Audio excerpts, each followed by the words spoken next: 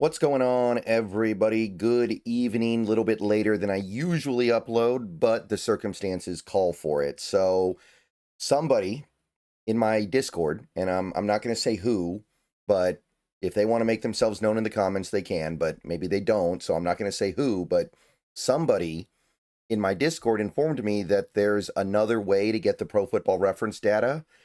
And apparently, this has been up since Tuesday or Wednesday. So, for some reason, this data didn't make it to the main pages, but there is a secondary page, a sub-page that these players have where you can get this data. So we are going to have our Pass Rush Friday. We're just going to be doing it on Saturday. And going forward, I know where to go in the event that the data isn't getting updated as I expect.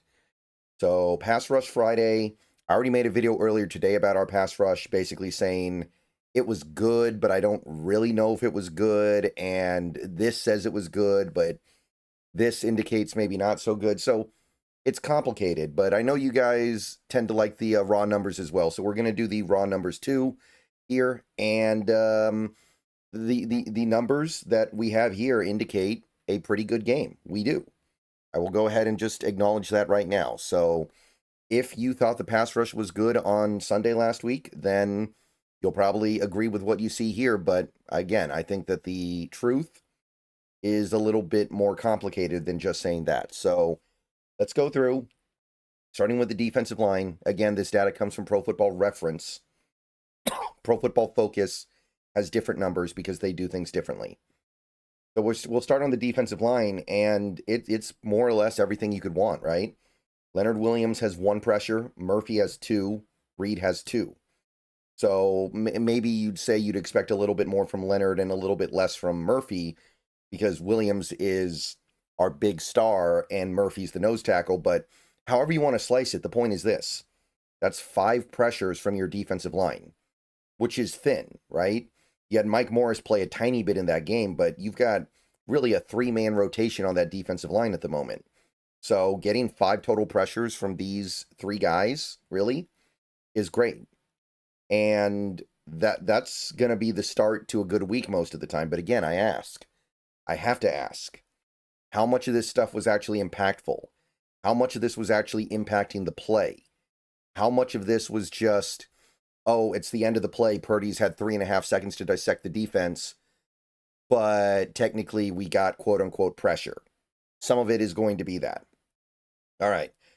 Nevertheless, the raw numbers are pretty good here, just like they were from Pro Football Focus. So we can take something away from that. I just don't know if we can take all of it. And then you get to the linebackers. We had 2 linebacker pressures. Ernest Jones, 2 pressures. And I wasn't thinking he was going to go all that crazy in this category this year, so we'll see if this maintains. But 2 pressures in a game from Ernest Jones right now, yeah, I'm pretty excited about that. I'm pretty enthused about that. So pretty good. Nothing from anybody else, but Tyrese Knight was working his way back from an injury and no one else played, so you wouldn't really expect anything else. And, I mean, this is the start of a good pass rush. Edge rushers, look at this. Right? Nwosu doesn't play, so whatever, but Boye Mafe, Derek Hall, and DeMarcus Lawrence all came in with 2 each. Normally, these are the kind of numbers that I'd be talking about after a win, right? Normally, if I was going to sit here and say, hey, each of our edge rushers, all 3 of our edge rushers that actually played in this game had more than 1 pressure, it'd be good.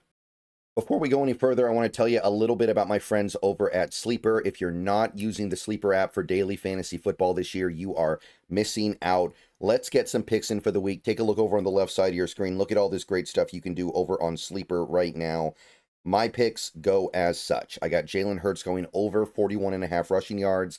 I don't think Philly really trusts their passing attack right now. I think that Jalen Hurts is going to scramble a lot. I think there are going to be a lot of designed runs for him. I got JSN going over 65.5 receiving yards. Our boy. Who else are we really going to throw to right now? Clearly, we don't trust anybody else that much. And I have Travis Etienne going over 55.5 rushing yards on the Bengals. He's feeling it right now. Remember, the Sleeper app, use the promo code SBN to get a $100 match on your first deposit. Terms and conditions apply. See Sleeper's terms of use for details. Currently operational in over 25 states. Check out the Sleeper app today. So, as you guys, I think, can see, and I think a lot of people who watched that game on Sunday came away with the impression that the pass rush wasn't very good. It's not that simple, right? We have 6 pressures from the edge rushers, and that's fine. But where is the big impact? Because none of these guys had sacks. We only had a couple of quarterback hits. We only had 1 sack that whole game, and none of them came from the edge rushers, and none of them came from the defensive linemen. So it's not quite that simple, I'm afraid. And usually I really like to lean on things like pressure rate and raw number of pressures, but this week I think we very clearly saw the issue with trying to simplify things like that.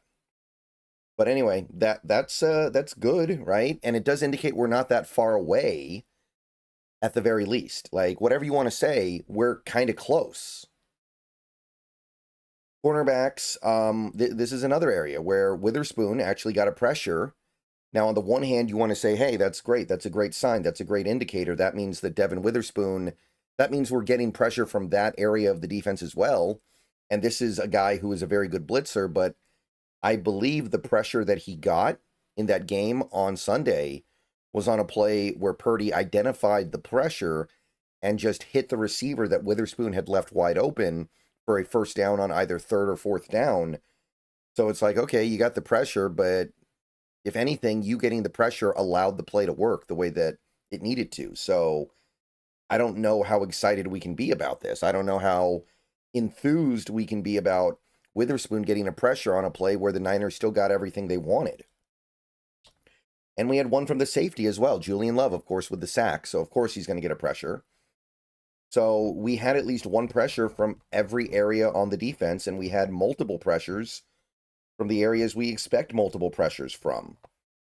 So 15 total. That is a really good start. In terms of raw numbers, that is a great start, and I got nothing bad to say about that.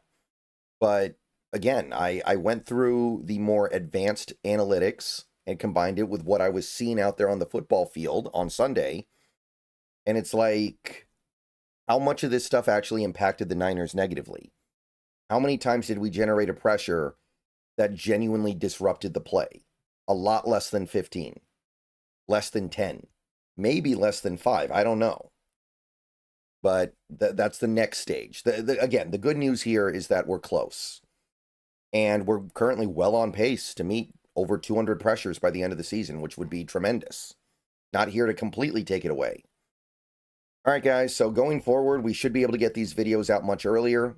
Friday mornings is going to be typical, but for this 1 week, I didn't know the data was just not getting pushed out to the main pages and that you could find it on the sub pages. So we'll see if that continues to happen, but either way, I should be able to get what I need. Thanks for watching. Thumbs up on your way out. Subscribe if you're new. Click the bell for notifications. Become a channel member for $2 a month. Those are the best ways to support the channel. And we got a game tomorrow, so hope to see you guys then.